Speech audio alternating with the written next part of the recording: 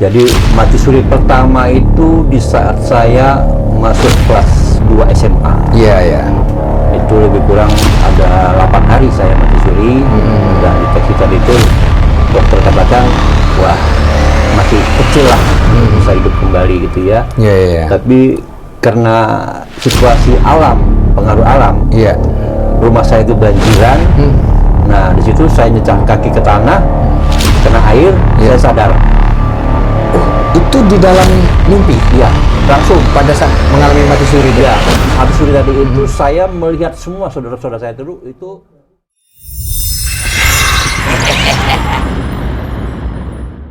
Assalamualaikum warahmatullahi wabarakatuh. Waalaikumsalam warahmatullahi wabarakatuh. Salam sejahtera, Om Swastiastu, Rahayu, Rahayu, Rahayu. Pada episode kali ini ketemu lagi sama saya, Wak Prabu.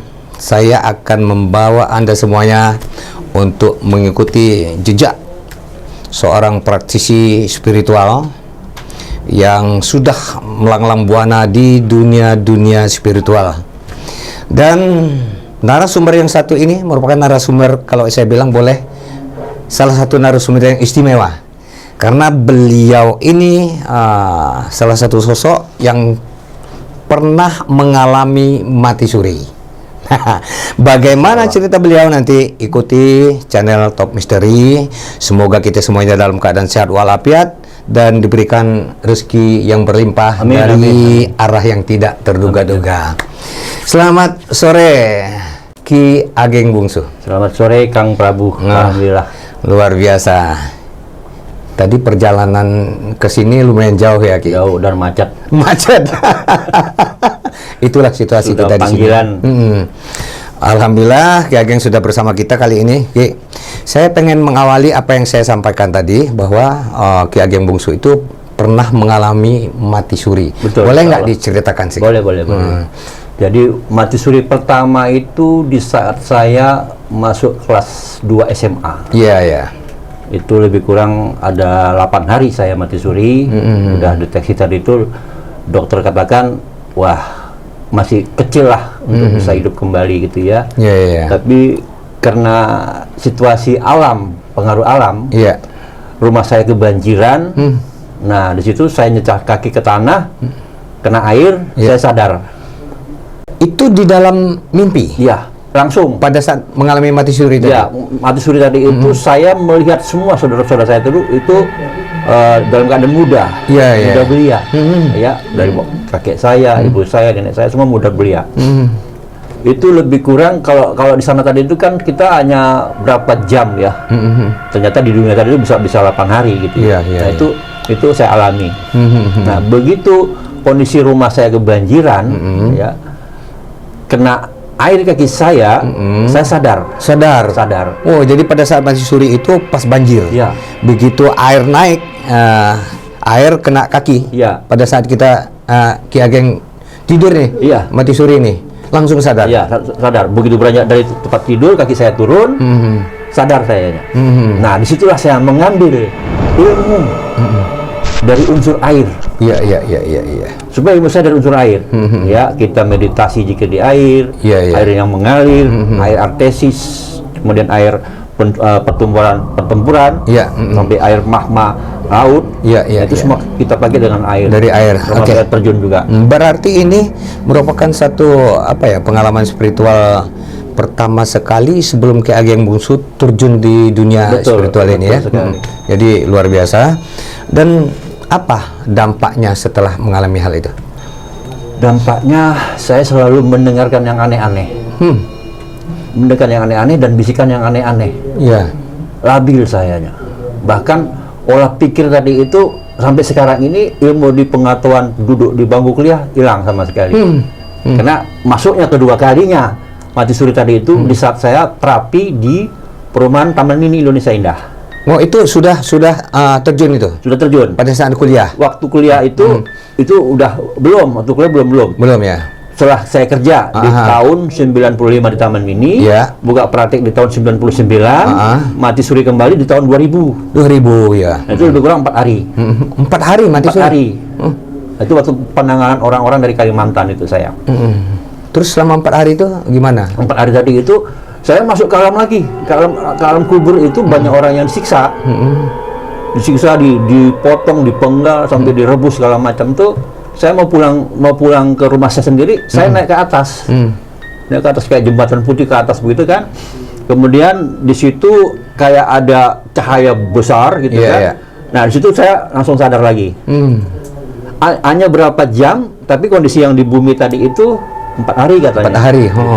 Padahal di sana perasaan cuma beberapa jam gitu. Ya. Nah itu yang saya tadi itu macam-macam orang disiksa. Tapi saya nggak ada bau busuk, nggak ada. Saya melihatnya di pinggir masjid. Oh. Ini yang saya sadar itu di masjid. Nah di situ banyak orang yang bergelimpangan minta tolong. Iya. Nah dari situ pasien saya makin banyak aja itu. Oh jadi di situ. Sohib Tok Misteri, ini awal yang luar biasa menarik ya. Nah, perjalanan beliau selama mati suri ini, ikutin terus ya. Dan kita akan gali setelah mati suri ini tadi, beliau langsung pure terjun ke dunia spiritual sebagai praktisi paranormal ya. Oke, setelah terjun, pasti banyak menangani orang-orang yang membutuhkan jasa Ki Ageng ya. Apakah itu penyakit berupa medis atau non medis ya? Boleh Ki ceritakan.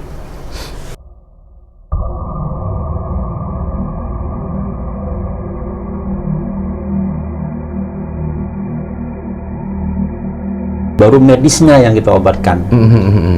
Ya banyak orang yang belum paham ya arah ke situ, tapi ada juga yang paham.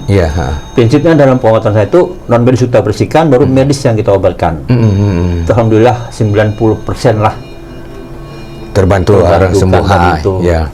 Berarti apa namanya, fisiknya dibersihkan dulu, jiwanya ya, baru dilihat dari unsur penyakitnya. Betul. Luar biasa. Dalam perjalanan menangani pasien-pasien itu, ada nggak pasien-pasien yang pernah mengalami apa, datang minta bantuan sama Ki Ageng? Nah ternyata dia ini memang bukan penyakit medis. Dia sudah berobat kemana-mana, bawa ke rumah sakit, katanya semuanya bagus, tensinya bagus, ya kan? Nah itu gimana? Banyak sekali. Banyak ya? Banyak sekali. Udah memang tugas saya, tanggung jawab saya, udah hancur-hancuran di luar. Nah, bonyoknya ke saya. Gitu. Tapi alhamdulillah, karena kita pengobatannya ikhlas dari Allah, juga dapat ilmu juga dari Allah, bukan dari mana-mana. Saya sendiri nggak tahu ilmu apa, gitu ya. Alhamdulillah. Iya. Tidak Allah, sembuh total dia. Ada nggak dalam suasana penanganan terapi, karena ini kan ada di luar dari medis, terus ada unsur-unsur yang secara kasat orang nggak tahu, orang awam kan nggak tahu dia sakit. Tapi orang nggak tahu dia sakitnya apa, karena sudah dibawa ke dokter, itu deteksi semuanya normal. Itu ada unsur-unsur gaib berarti ya? Pasti. Dan itu pasti saya lihat dan merasakan. Bisa melihat dan bisa merasakan. Di mana letaknya tadi itu, dari mana asal-usul penyakit tadi itu, saya bisa tahu.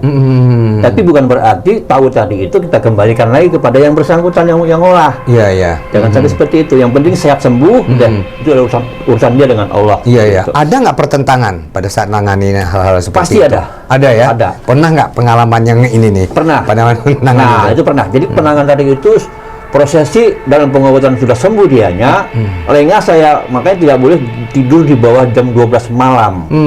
Dalam menangani ini. Nah, jam 12 malam tadi itu ya kita langsung mohonlah kepada Allah, minta perlindungan kepada Allah, minta agar dijaga oleh Allah seperti itu, agar tidak akan menyerang kepada diri saya sendiri, termasuk anak-anak saya juga, termasuk istri saya juga. Ya, luar biasa. Ada nggak serangan yang langsung dirasakan Ki Ageng? Apa misalnya dirasakan ada sakit apa gimana itu? Tidak ada. Nggak ada ya? Tidak ada. Alhamdulillah. Jadi luar biasa, karena itu berdasarkan keilmuannya yang didapatkan, bukan memang sengaja belajar ilmu pengen cari jadi paranormal karena memang itu sudah mungkin anugerah ya. Iya, betul. Nah itu Ki Ageng ini kan sebagai salah satu praktisi paranormal dan juga aktif juga di dunia film. Ya, betul. Kok bisa sampai ke sana? Nah, iya, ceritanya panjang nih Kang Prabu nih. Kenapa saya diangkat menjadi seorang paman Prabu Siliwangi? Iya. Ya, jadi Nah ini ya, film laga ini kan? film laga, film laga langsung. Iya. Adegan film laga langsung. Iya, iya, Tidak ada iya. rekayasa, nyata real mainnya. Iya. Jadi di saat waktu pemain tadi itu termasuk instruktur laga itu keadaan kesurupan. Karena lokasi tadi itu tidak steril, Iya, iya, iya. belum bersih. Namanya kosong tadi itu kan pasti harus ada pawangnya lah. Iya, iya. Supaya tidak akan terjadi hal-hal seperti itu. Nah, di saat tadi itu kebenaran murid saya juga main di situ. Ya, main di situ. Saya diundang. Pak, di lokasi syuting ada yang kesurupan. Bapak segera datang kemari. Iya. Nah, adalah antara Taman Mini dengan lokasi syuting itu dekat. Saya meluncur malam itu. Iya, iya. Nah, di saat malam itu saya masuk ke situ, angin kencang tuh di pohon tadi tuh. Ini angin dari blower kah atau benar-benar tuh goib? Iya, Pada iya. kabur berterbangan. Tapi saya rasakan tadi seperti itu. Iya. Nah, di saat prosesi saya mau ngobatin yang kesurupan tadi itu, instruktur laga tadi itu malah instruktur laga yang lain tadi itu saya adu kembali. Oh, instruktur laganya ini? Saya adu mereka. Jadi kameramen tadi itu terfokus ke situ. Terfokus, akhirnya udah dari sutradara tadi ini baru keren nih. Baru bagus ini adegan, nggak ada rekayasa. Asli? Asli. Tanpa skenario? Skenario di situ, Langsung kan? ini? Langsung di situ. Nah, begitu selesai dalam syuting tadi itu, mereka dalam keadaan pingsan, ada yang patah tulang, Ada yang patah ada juga? yang cacat, itu saya obatin. Normal kembali, Iya. sutradara manggil saya, Bapak dari mana? Yang menjelaskan murid saya, ini guru saya. Bapak mau nggak jadi artis? Jadi artis syaratnya banyak, Pak. Saya jadi artis mau, tapi nggak mau mati, saya bilang. Iya. Maunya saya hidup terus. Oke, Bapak jadi paman Prabu Siliwangi. Nah, diangkat itu. Saya jadi Prabu Siliwangi. Jadilah dapat peran di situ. Jadi dapat peran di situ. Baru berapa syuting film, teman saya tadi ini yang peran utama tadi itu kok dia merasa pusing badannya, berat kepalanya itu berat sekali. Iya. Karena dia pakai topi mahkota di situ dianya. Topi mahkota itu kan sakral sekali. Iya. Kayak memang nggak sembarangan itu. Coba sini topi kamu, saya pegang dulu. Kita bersihkan, dia kita obatin. Kita obatin juga dia dalam keadaan tertidur gitu, kayak lepas gitu ta. Nah, baru dipakai kembali. Nah, dari situ dipakai topi tadi itulah dia merasa enteng lagi gitu, ingin kembali. Akhirnya main. Ratingnya makin maju, makin naik tuh, makin naik, sampai digantikan peran kepada orang lain, baru bubar. Gitu. Coba ceritakan dalam menangani, melayani pasien-pasien yang datang itu, pengalaman-pengalaman spiritualnya apa aja, boleh berbagi sama kita. Jadi saya dapat pripas tiket undangan ke Tanah Suci Mekah dari hamba Allah itu. Saya ke sana pada saat kita manasik. Ya. Manasik ya. Manasik tadi itu saya lihat ada di pojok ujung tadi itu seorang guru besar, Pak Kiai dari Penyambungan. Ya. Ini udah di Tanah Suci itu? Belum ya? Masih di Indonesia. Saya lihat, wah ini sakit parah nih, suatu saat akan ketemu saya. Adalah benar-benar ketemunya tadi itu setelah kita terbang di transit di Kolombo. Nah, situ ketemu saya. Beneran ada pasien saya juga bilang, Ki, itu ada yang sakit Pak Kiai, tolong dipegang. Saya tanya sama Pak Kiai mohon izin. Konon ceritanya kalau orang yang punya ilmu seperti ini tidak bisa kelihatan Ka'bah. Iya. Banyak seperti itu. Seperti apa ilmunya? Kata Pak Kiai. Saya pegang tuh kakinya. Pegang kakinya, dia lompat kejang-kejang, yang tadi nggak bisa jalan bisa langsung jalan lurus kembali. Iya. Sampai dia sungguh-sungguh kepada saya, yang tadinya bilang Bapak, ini dia bilang ke saya Ustadz gitu. Ini namanya mujizat. Kalau mujizat itu kan udah kepada Rasul, Pak, dia maunah kayak gitu kan. Di situ nyambung itu Pak Kang Andi. Iya. Nyambung berebet ke Tanah Suci Mekah, ya. Di Tanah Suci Mekah juga banyak pasien saya tuh. Nah, Pak Kiai tadi ini jadi asisten saya malahan. Oh iya. Dia jadi pesuruh saya, gitu ya. Pak Kiai mohon izin, ambil ini. Karena banyak kan tadi itu dari kloter Indonesia banyak yang sakit kan di sana kan. Jadi saya ibadah nolong orang, nggak berhenti setelah selama 2 minggu lebih kurang situ. Situ ya. Tapi ada yang pendarahan juga kan. Oh, ada yang pendarahan juga. Pendarahan tiba-tiba sembuh. Tapi kepalanya telenggang begini juga sembuh gitu ya. Kebanyakan yang mengalami keluhan sakit itu apa aja itu? Stroke ya. Banyak kan stroke. Nah, stroke kena guna-guna beda lagi penanganannya. Iya. Kalau itu bisa kita atraksi.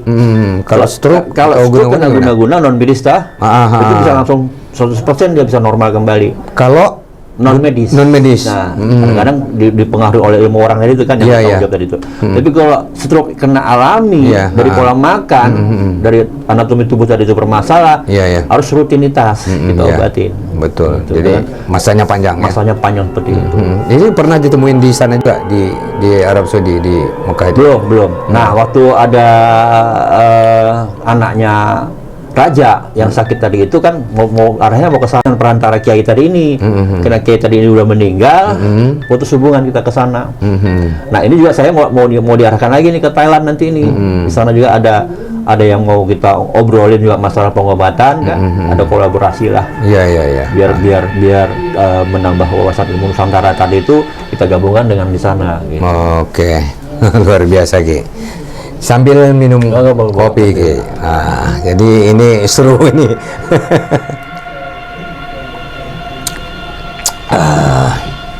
Ki Ageng Bungsu, seorang praktisi spiritual paranormal yang memang jam terbangnya luar biasa, saya anggap ya.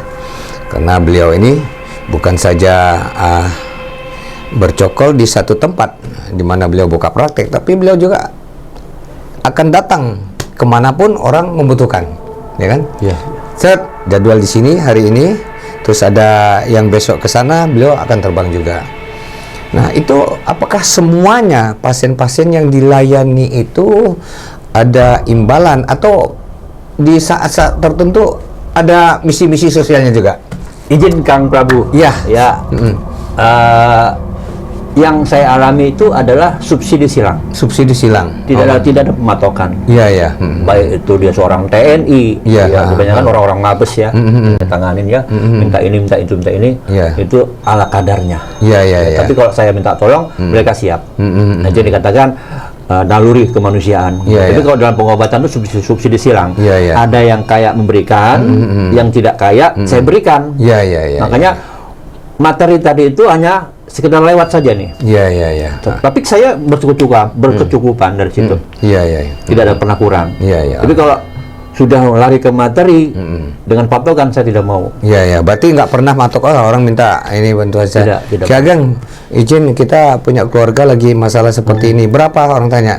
Tidak pernah kasih. Tidak. Di mana Bu? Siap saya berangkat. Iya. Jam berapapun standby. Nah, terus ada momen-momen bakti sosial juga, pengobatan gratis. Ada. Ya, itu udah pasti tuh. Kenapa? Yang kita dengarkan yang sampaikan Ki Ageng tadi bukan saja hanya mengobati gratis. Beliau pun kalau ada pasien yang datang, orang kurang mampu malah dikasih. Betul. Minimal buat ongkos pulang, ya kan? Nah, ini luar biasa. Oke. Ini pengalaman spiritual ini ada nggak kira-kira? Karena yang nyemplung di dunia ini kan ada perlawanan dari unsur-unsur gaib. Pasti ya kan? ada. Ada yang kena apa, begitu kita tanganin yang di situ karena unsurnya dari seberang sana, dia tahu dia akan melawan. Pernah nggak ketemu yang seperti itu? Pernah. Itu namanya perang antar goib di alam bebas. Orang nggak akan pernah tahu, Pak. Sama kayak kita begini tuh. Saya pakai kostum tadi ini saya menghormati leluhur. Nggak sembarangan. Karena ini hubungannya tadi itu adalah marwah. Betul. Marwah silsilah nasab tadi itu turun temurun. Nah, sama juga kalau saya diganggu, lahiriah batin saya diganggu, pada leluhur saya tadi marah ini. Bahkan banyak goib-goib itu membantu di alam sana tadi itu perang tanding. Kadang-kadang saya cuma berdiam diri, berzikir saja, berdoa aja. Tinggal ngelaporkan tadi itu. Alhamdulillah selesai Pak. Alhamdulillah selesai Ki. Alhamdulillah selesai Ki gitu kan. Tinggal laporan. Ada ucapan seperti tadi itu, adem hati saya. Itu udah urusan Allah lah. Iya, alam iya. tadi itu kan, karena gaib tadi itu kan ciptaan Allah juga ya gitu. Pernah nggak mengalami? Jadi yang kita tangani ini rupanya yang apakah berupa kiriman? Dia merasa terganggu kuat nih, Wah, malah sering, dia serang. sering banget. Pernah mengalami perasaan apa? Rasa sakit apa gimana? Tidak ada. ya. Malah si pasien tadi itu yang merasa sakit. Oh, yang pasiennya yang Ya. merasa sakit ya? Belum disentuh, kadang-kadang dia udah kena gitu ya. Nggak tahu ada energi apa dalam tubuh saya ini. Ya. Belum disentuh dia udah teriak-teriak. Nah, Berarti kadang-kadang- sebelum nanganin harus punya perlindungan diri dulu ya? Nah, betul.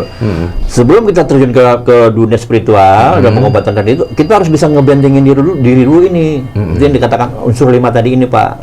Pak Kang Andi ya. Ya. Karena di dalam tubuh kita tadi itu ada 5 unsur tadi ini, Pak. Ya. Kang Andi. Unsur proton, Ya. neutron, elektron, atom dan inti atom. Iya. Inti atom tadi ini kolbu dalam kolbunya lagi. Ini kalau 5-5-nya meledak, Kang Andi. Kalau menyatu? Menyatu ini. Wah, itu powernya luar biasa. Ngantem orang tadi itu, ngantem yang goib-goib tadi itu bisa tersingkir semuanya. Iya. Ini saya mengalami Itu ada di tubuh kita tubuh itu? saya. Hmm. Sampai sekarang tadi ini tubuh saya tuh enteng ringan, kayak nggak ada penyakit. Tapi jangan diganggu hati saya. Iya, betul. Kalau saya diganggu, saya diam, banyak diam, jangan sampai ini keluar ilmu tadi itu bahaya. Ada unsur yang ini? Pasti. Yang ini ya? Namanya manusiawi. Iya. Luar biasa itu untuk mengetahui rasa, terus ada yang melindungi itu gimana dong? Kalau orang awam kan nggak paham itu. Ya. Pada saat prosesi pengobatan, energi power tuh nyebar dianya, kayak gede badan saya, itu. Iya, kayak tegar gitu ya, Iya, kayak iya. kuat dasar banget gitu ya. Kayak ada kekuatan lah yang dapatnya dari Allah tuh tadi kan. Nur Allah tadi itu udah masuk kemari. Tinggal kita gerakan prosesi apapun kena dianya. Mau dari manapun dia kena. Iya. Jarak dekat maupun jarak jauh. Gitu. Makanya ini tidak ilmu tadi itu jangan disalahgunakan deh. Bahaya Pak Kang Andi. Betul. Saya nggak mau seperti itu. Iya. Nah, jadi luar biasa. Nah, ini saya agak sedikit penasaran. Berbicara tentang Bali kan itu salah satu daerah kita yang memiliki pesona luar biasa ya kan, makanya disebut Pulau Dewata. Iya. Tapi di balik pesonanya, Bali itu juga menyimpan ya suasana atau alam yang Betul. gaib misteri Iya. gitu ya. Iya kan? Pernah nggak melayani pasien di daerah Pulau Dewata Bali? Ada ya. Ada ke sana. Jadi bahkan banyak juga orang Bali yang berobat. Oh, orang Bali Ya, banyak berobat bahkan juga. sahabat saya juga spiritual juga di sana ada. Ada ya. Bahkan Ada nggak perasaan pada saat ke sana ke Bali? Wah, ini bukan orang sini nih. Betul. Jadi dia merasa terganggu. Ada nggak itu? Ada. Ada ya. Ada. Tapi yang namanya untuk unsur kebaikan, selalu saya diberikan suatu tempat, ya, tempat dan sarana maupun para wejangan-wejangan spiritual tadi itu dipersilakan monggo. Karena niat kita kan berkunjung bisa beradaptasi dengan alam semesta. Iya. Ya, jangan Iya. merusak alam semesta. Iya. Apapun bentuknya, benda hidup maupun benda mati, apalagi yang berbentuk yang namanya ukuran-ukuran patung. Iya, Wah, iya, itu iya. nggak boleh. Itu udah ada istiadat. Di Indonesia tadi itu ada istiadat memang kita junjung tinggi, ya, jangan sampai dikesimpangkan gitu kan. Nah, ini yang membuat saya tadi itu kenapa alam paranormal Bali tadi itu istimewa. Yang merusak tadi itu orang-orang pendatang. Iya, betul. Baik tingkat spiritualnya. Banyak kita konsultasi dengan spiritual tadi itu nyambung ilmunya. Unsurnya semua kebaikan, cuma cara jalannya yang berbeda-beda. Iya. Gitu kan. Istilahnya metodenya yang beda Metodenya ya, beda-beda. yang diterapkan. Oke, Ki Ageng. Nah, sekarang apa spesialisasi? Kan ada spesialisasi Betul, tuh ya. yang ditangani pure Ki Ageng selama menjalani sebagai praktisi. Apakah itu memancarkan pesona atau perusahaan-perusahaan pengen apa gitu kan? Apa itu spesialisasi Ki Ageng? Spesialisasi tadi itu adalah supernya dari segala macam super non medis. Non medis, berarti itu masuk pengobatan ya? Itu pengobatan. Kemudian yang mau buka aura kebanyakan alhamdulillah para artis juga ya. Oh, ada juga Ya, untuk buka maupun aura. pejabat-pejabat tinggi, TNI segala macam, buka aura. Buka aura. Benteng Ageng Kusumo kalau saya bilang. Oh, Benteng Ageng Kusumo tuh, Bang. Benteng Ageng Kusumo tadi itu yang 5 unsur tadi ini, kan tadi. Ya. Kalau udah 4 unsur 5 tadi inilah kita dapatkan dalam tubuh kita itu, mau ngapain juga Bisa dilakukan. bisa dilakukan. Yang penting jangan dilanggar norma-norma agama tadi itu. Iya, iya, iya. Ini memang berat sekali nih kalau yang saya berikan tadi. Tidak sembarangan yang saya berikan, karena Iya. kalau disalahgunakan ini yang bahaya ini. Yang intinya kolbu tadi ini. Iya, iya. Kalau udah marah itu pasti kena kemana-mana nanti. Itu orang-orang tertentu. Iya, Kemudian iya. dalam pengobatan tadi itu yang lebih selepel lah sama Iya. yang lain tadi itu ya, kayak karir, Iya. pembukaan rumah gitu ya. Iya, Sampai untuk usaha-usaha juga ada. Usaha ada. Jadi dikatakan alternatif juga ya, Iya. dikatakan spiritual juga ya, dikatakan paranormal juga ya, Iya. dikatakan artis juga iya. Artis juga ya. Itu dia.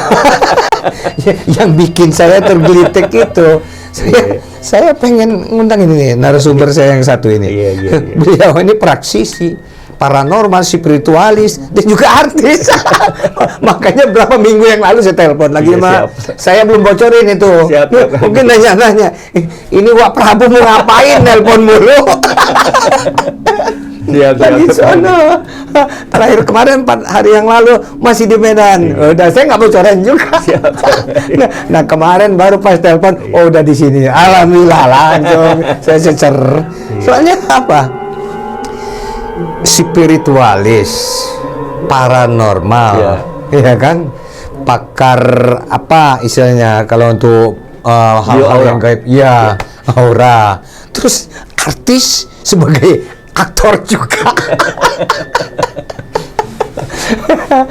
Mungkin pengalaman sedikit lah ya di dunia keartisan yang menggelitik ya, suasana pengalaman perjalanan bergabung sama teman-teman pada saat ini syuting gitu. Ada nggak kira-kira di tengah-tengah jeda syuting ya, ada apa-apa itu? Ya, itu banyak sekali ya. Banyak ya. Jadi memang dalam penanganan praktek langsung di lokasi syuting tadi itu, saya kadang-kadang nggak baca skenario. Iya. Malah sutradara itu oke lah, terserah Aki aja dah. Gitu. Iya. Yang penting bagus peranannya gitu. Itu bener nyata. Nyata itu. Karena kalau soal tadi itu sedikit ngomong, tapi banyak action. Iya. Action tadi itu juga nggak ada rekayasa, nyata. Iya, gitu. asli ya. Asli. Nah, dan saya tidak pernah ngambil upeti dari situ. Terus Itu saya berikan kepada aktor dibayar loh. betul. Saya nggak pernah ngambil upeti. Saya berikan ke unit bagi ke ekstras. Oh, ekstras. iya. Nah, makanya begitu kita ada acara break, ya, itu banyak konsultasi.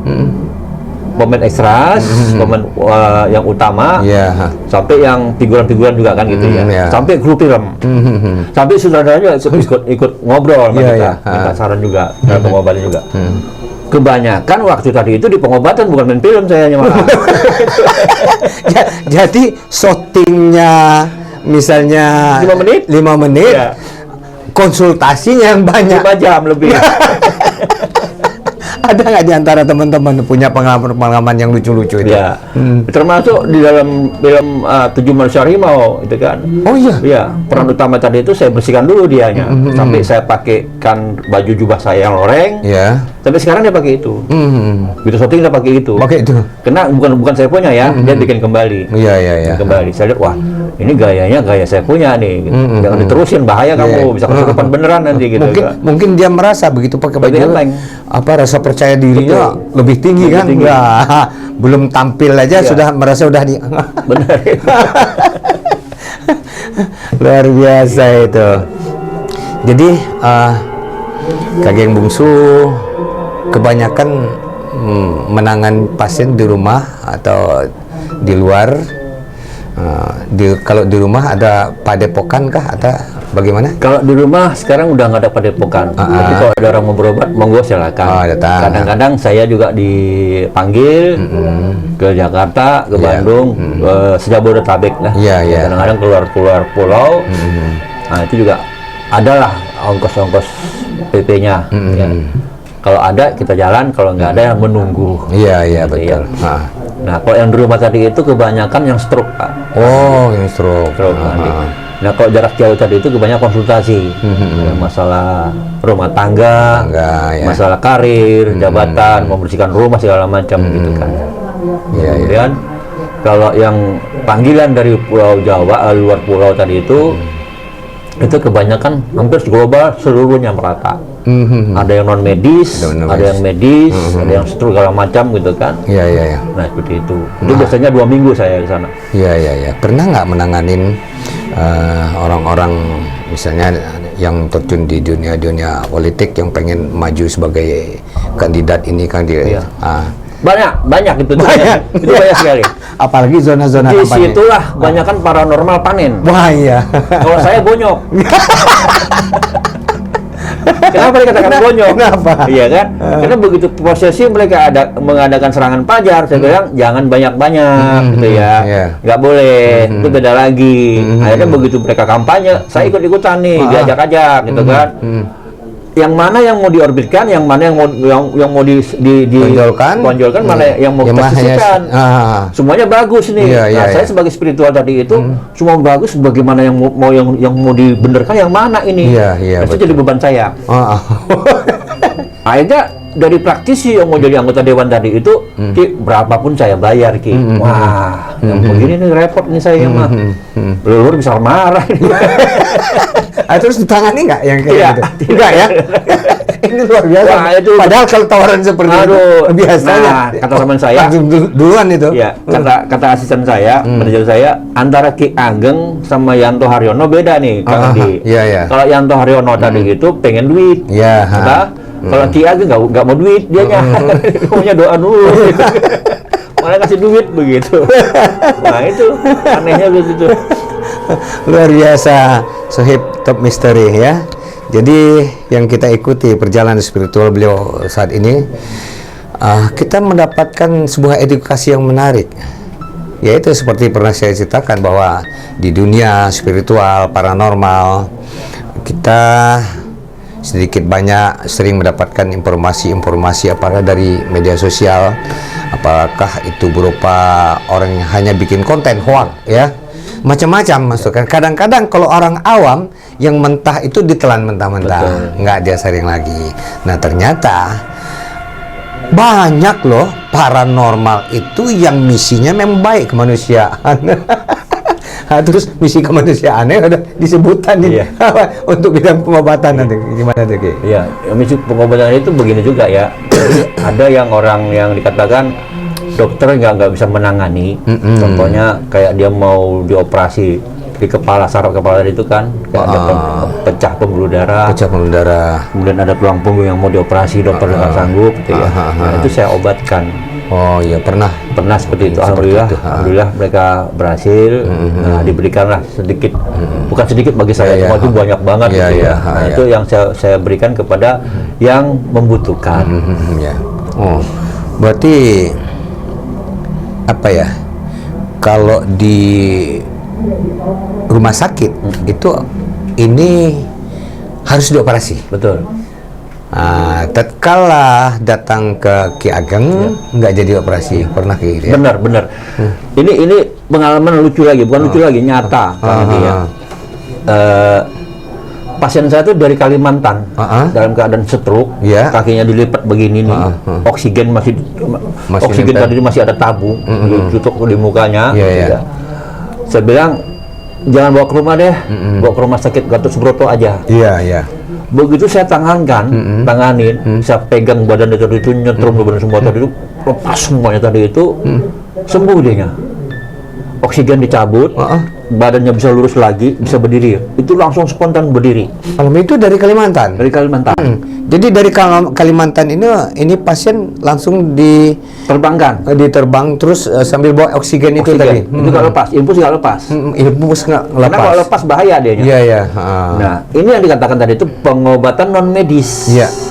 Yang bisa langsung spontan, 100% bisa hilang, sembuh. Nah, pada saat prosesi seperti itu, orang yang stroke pada melihat. Karena di rumah sakit, Pak, Kang Andi. Mereka cemburu. Saya mau dong Pak Haji seperti itu. ini beda kelasnya Bapak Ibu gitu kan. Ini dan non medis. Kalau non medis itu bisa sembuh. Kalau Bapak kan medis gitu kan. Dalam penanganan itu kontrolnya harus rutin gitu kan. Sampai dokternya juga bingung. Kok bisa jalan? Kok bisa sehat? Wah, ceritanya panjang, Dok. Iya. Ini rumah sakit bilang gitu kan. Jadi si dokter tadi itu banyak belajar sama saya gitu kan. Sampai mau datang ke rumah jangan deh. Iya. Beda lagi kelasnya. Iya. Gitu kan. Nggak nyambung dia bilang begitu. Nah, dari situ dia udah sehat, baru nggak lama datang ke rumah Taman Mini. Nah, saat itu juga Kang Adi juga pernah lihat di Taman Mini itu ramai selalu. Iya, kan, betul, selalu ramai. Gitu. Saya menyaksikan langsung itu. Begitu di rumah di sini dulu. Iya. Nah, cuman karena di sini udah lumayan jauh ya di Bogor, nggak bisa dikeker. Udah bener kan. Oke. Jadi Sohib Top Misteri gimana yang kita ikutin saat ini ya? Luar biasa apa yang beliau sampaikan. Mungkin ada tambahan lagi? Silakan. Untuk sementara cukup itu ya. Mungkin di episode yang akan datang ada yang lebih seru lagi. Yang seru lagi ya. Iya. Oke. Jadi Sohib Top Misteri jangan lupa nanti akun-akun media sosialnya Ki Ageng Bungsu kita cantumkan di link kita, di video kita, juga nomor handphonenya. Mungkin ada di antara pemirsa yang mengikuti channel kita ada keperluan bisa ngikutin langsung situ dan bisa kontak langsung dengan Ki Ageng Bungsu ya. Akhirnya saya Wak Prabu terima kasih atas kebersamaan Anda dan jangan lupa like, komen, share dan subscribe. Saya pamit mundur. Terima kasih. Wassalamualaikum warahmatullahi wabarakatuh. Rahayu, rahayu, rahayu. Terima kasih. Moga-moga.